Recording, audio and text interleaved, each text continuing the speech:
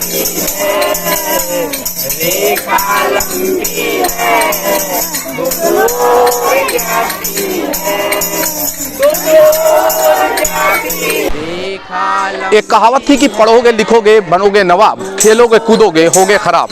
लेकिन गोरखपुर के चनऊ प्राथमिक विद्यालय में इन दोनों का कॉम्बिनेशन करके एक पढ़ाने का नया तरीका आशुतोष कुमार गुप्ता ने निकाला है। इन्होंने गणित जैसे उबाऊ सब्जेक्ट जिसको बच्चे अक्सर देखकर नींद लेने लगते हैं, लेकिन इस मामले को उन्होंने समझा और बच्चों को गणित को रोचक बनाने के लिए एक गाना बनाया। इस गाने के जरिए से गणित के टेढ़े से टेढ़े सवाल, खास करके त्रिकोण, रेखा और अन्य चीजें ऐसी हैं जो गणित की, जो बच्चों के समझ से परे होती थी, उन्हें समझाने का काम किया। इसके लिए आशुतोष कुमार गुप्ता बाकायदा गाना बनाते हैं और खेल के जरिए से डायरेक्शन देकर उस अभिनय करके उन बच्चों को समझाते हैं। इनका सहयोग करती हैं विद्यालय के अन्य टीचर जो बाकायदा म्यूजिक सिस्टम जैसे जो ढपली होती है, कीर्तन बजाने वाली चीजें होती हैं, उससे जो है लेकर वो काम करते हैं और बच्चे काफी हद तक गणित को बखूबी समझने लगे हैं। और भी विषयों पर गाने के जरिए से आशुतोष लगातार बच्चों को समझाने का काम करते हैं। एक बार आप देखिए कि बच्चे, ये वही बच्चे हैं जो कभी गणित का नाम सुनते घबरा जाते हैं, लेकिन आज इनके चेहरे पे एक खुशी सी महसूस हो रही है। ये चीजों को समझ रहे हैं, समझने की कोशिश कर रहे हैं और हाथ के डायरेक्शन, अपने उस्ताद के अपने हाथ के डायरेक्शन से उन चीजों को समझ रहे हैं। हम आशुतोष से बात करेंगे, आशुतोष का कैसे ये ध्यान उनके तरफ आया। आशुतोष जी, शायद आशुतोष जी इस वक्त एकदम अपने पाठ्यक्रम में लगे हुए हैं और बीच में बच्चों को वो मायूस नहीं करना चाहते हैं कि जो इनके पढ़ाने का सिस्टम है उसके तरीके से है।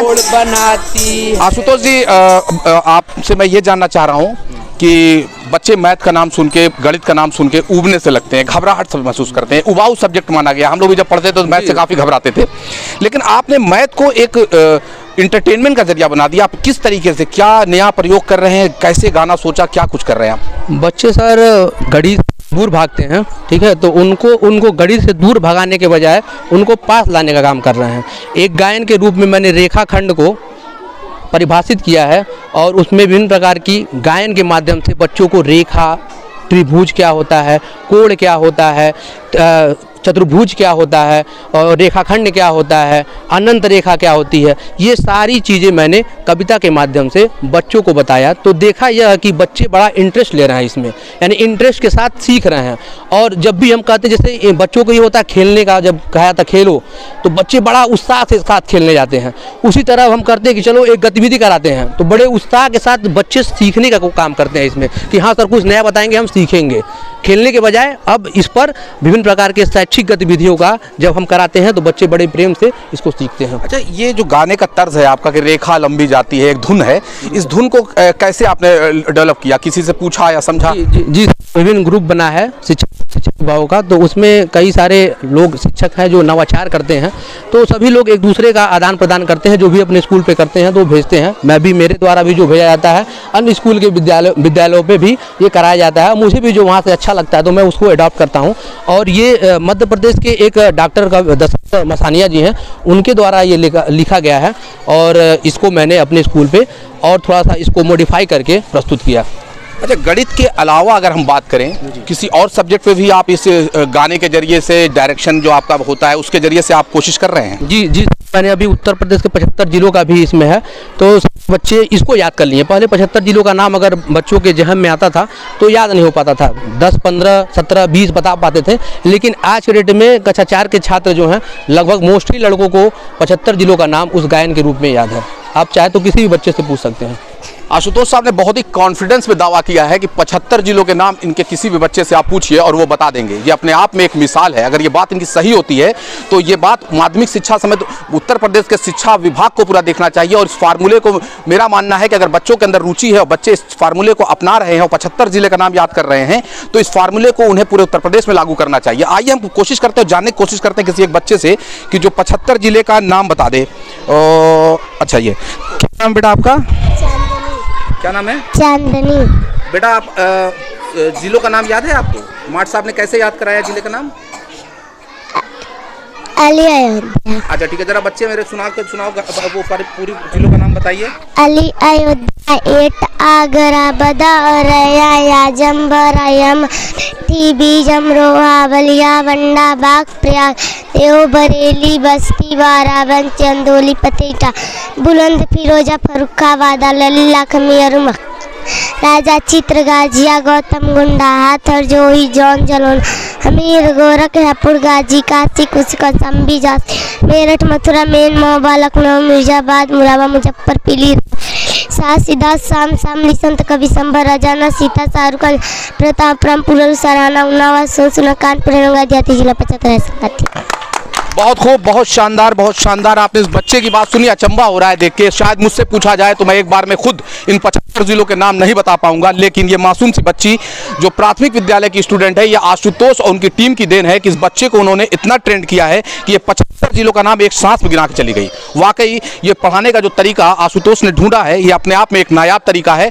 कोशिश ये होनी चाहिए जिला प्रशासन की और शासन की इस पद्धति को, इस तरीके को वो अन्य विद्यालयों में भी लागू करें। एक बार गणित के बारे में भी मैं कुछ बच्चों से समझना चाहता हूँ। यहाँ कुछ बच्चे हैं। बेटा माट साहब जो सर आप पढ़ाते हैं गणित का गाने के जरिए से, आप उस जरा एक बार बता के कैसे पढ़ाते हैं? रेखा लंबी है दोनों ओर जाती है।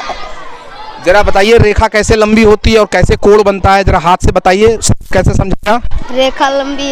रेखा लंबी ऐसे होती है और कोण एक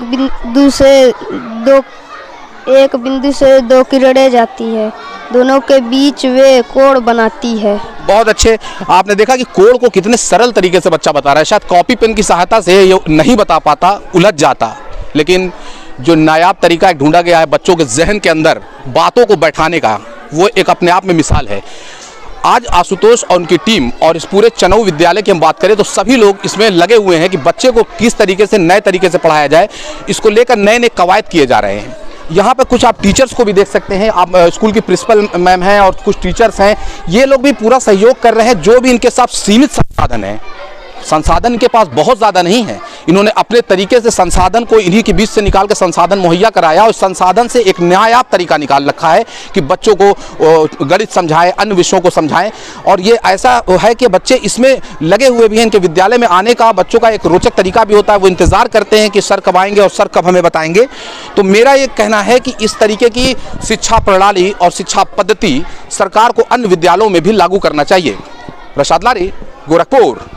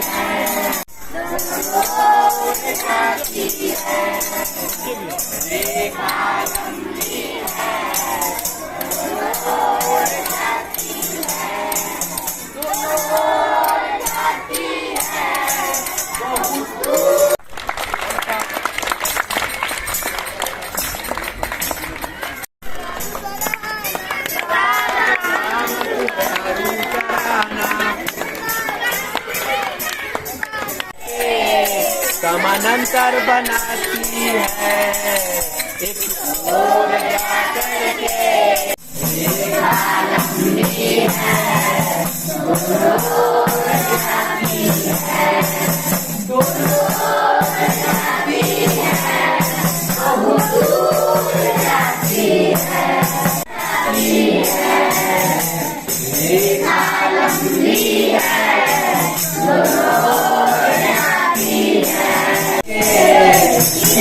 बनाती है जीवित होकर के देखा बनाती है जीवित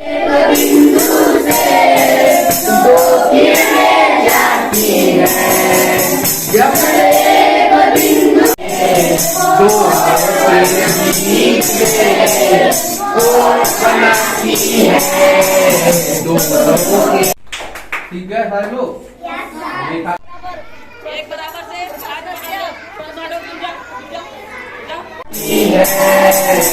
समान अंतर पे समान